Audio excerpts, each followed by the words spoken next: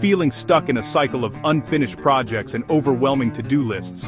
Your brain is programmed for resistance, but I'll show you how to change that programming right now. In this video, you'll get immediate, actionable strategies to break free from procrastination and cultivate a deep, lasting focus, transforming your productivity and calming your mind. I used to sit at my desk staring at a blank screen, feeling completely frozen. My to-do list kept growing, but my motivation kept shrinking. I tried planners, productivity apps, and just do it advice, but nothing really worked.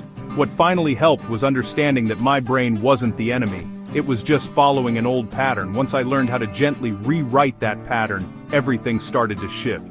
Stay with me, because by the end of this video you'll have a simple, science-backed brain hack you can start using today to feel more productive and more at peace.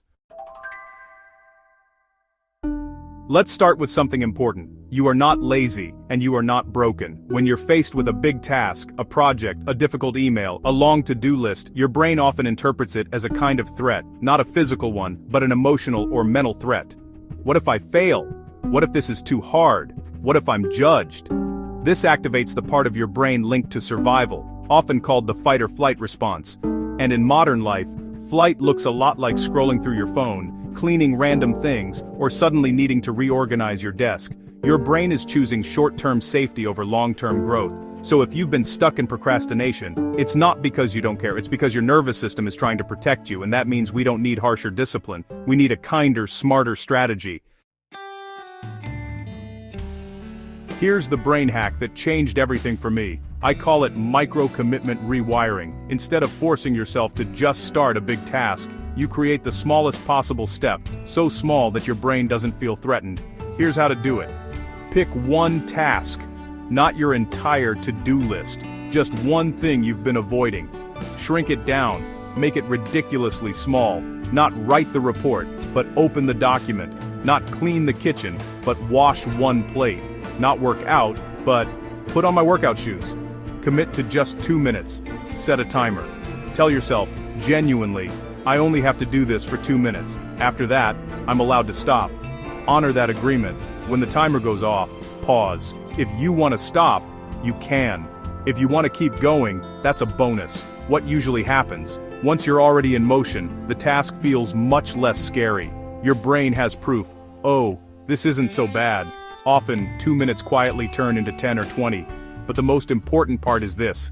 Even if you do only 2 minutes, you still win. You kept your promise to yourself. That's where the rewiring begins. Let's talk about why this works on a brain level, gently, without the jargon. When you complete a tiny task, your brain releases a bit of dopamine, the feel-good chemical linked to reward and motivation. Dopamine doesn't just make you feel good in the moment. It also teaches your brain, hey, this behavior leads to a positive feeling. Let's do more of that. So each time you follow through on a micro-commitment, you're building a new association, task, success effort, safety, starting There's also something called the Zeigarnik effect. Your brain naturally wants to finish what it starts. Once you begin, even for 2 minutes, your mind quietly keeps nudging you to come back and complete it.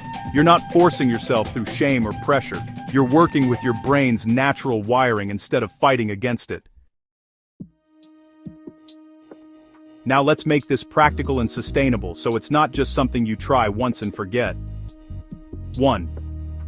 Morning micro-commitment. When you start your day, before diving into emails or social media, choose one tiny action linked to something that matters to you. If it's a work project, open the project file. If it's your health, fill a glass of water. If it's mental wellness, sit and take 3 slow breaths. Let that be your first win of the day. 2. The 3 micro-commitments rule. Instead of overwhelming yourself with a massive to-do list, set only 3 micro-commitments for the day. Each one should be small enough that you could do it even on a low-energy day. This keeps your brain calm and focused, instead of flooded with pressure. 3.